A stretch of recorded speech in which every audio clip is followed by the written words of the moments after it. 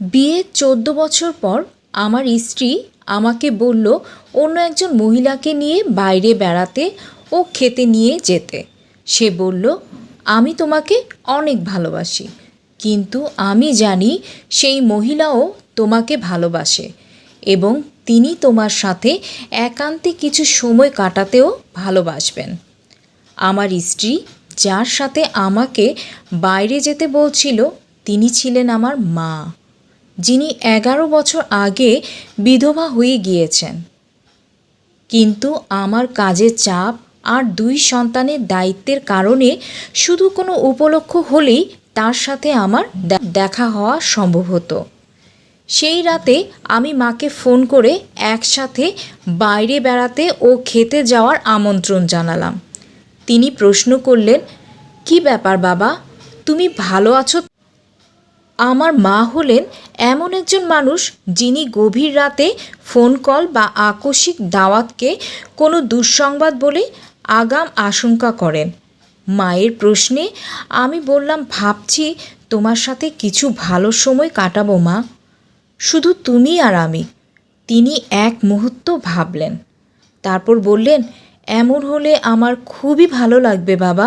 কাজ শেষ সেদিন যখন ড্রাইভ করে মাকে তুলে নিতে গেলাম কিছুটা নার্ভাস বোধ করছিলাম।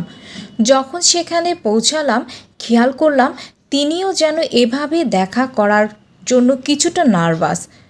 তিনি রেডি হয়ে দরজার কাছেই অপেক্ষা করছিলেন।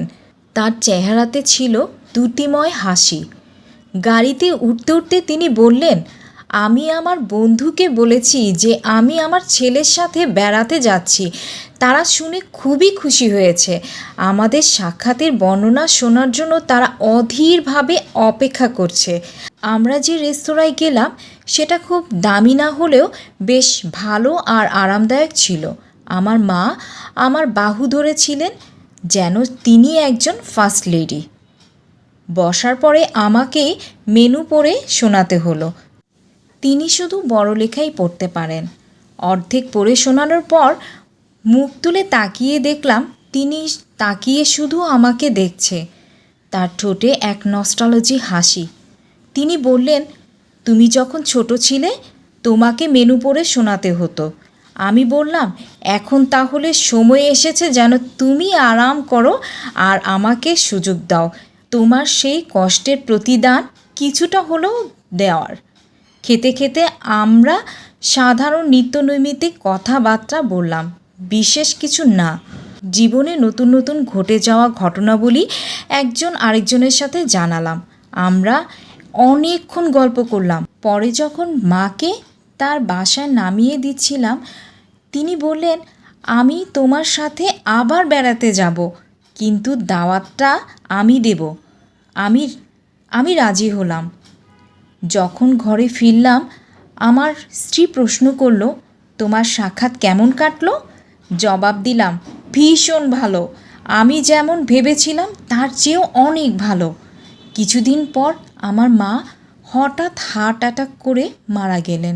এটা এমন আকস্মিকভাবে ঘটনাটা যে ঘটল তার জন্য আমার কিছুই করার সুযোগ হলো না। কিছুদিন পর একটা খাম আসলো আমার কাছে। ভেতরে একটা সেই রেস্তোরাঁর রিসিট যেখানে মাকে নিয়ে খেতে গিয়েছিলাম, সাথে একটা ছোট্ট চিঠি। তাতে লেখা, আমি এই বিলটি অগ্রিম আদায় করে দিয়েছি।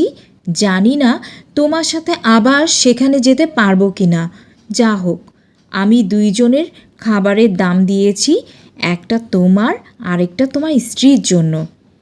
তুমি কখনো বুঝবে না সেই রাতটি আমার জন্য কত বিশেষ ছিল। তোমাকে অনেক ভালোবাসি বাবা।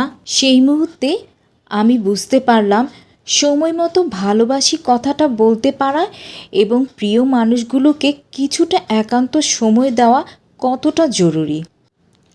জীবনে নিজের পরিবারের চেয়ে বেশি গুরুত্বপূর্ণ আর কিছুই নেই।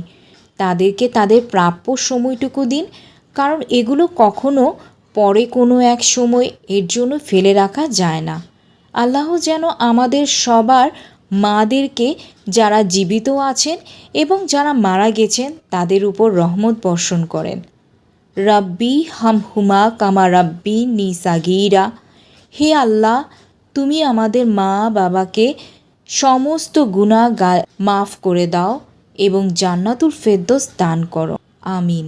সবাইকে আবারও নতুন কোনো ভিডিও শোনা দেখার জন্য আমন্ত্রণ জানিয়ে আজকের মতো বিদায় নিচ্ছি। আল্লাহ হাফেজ।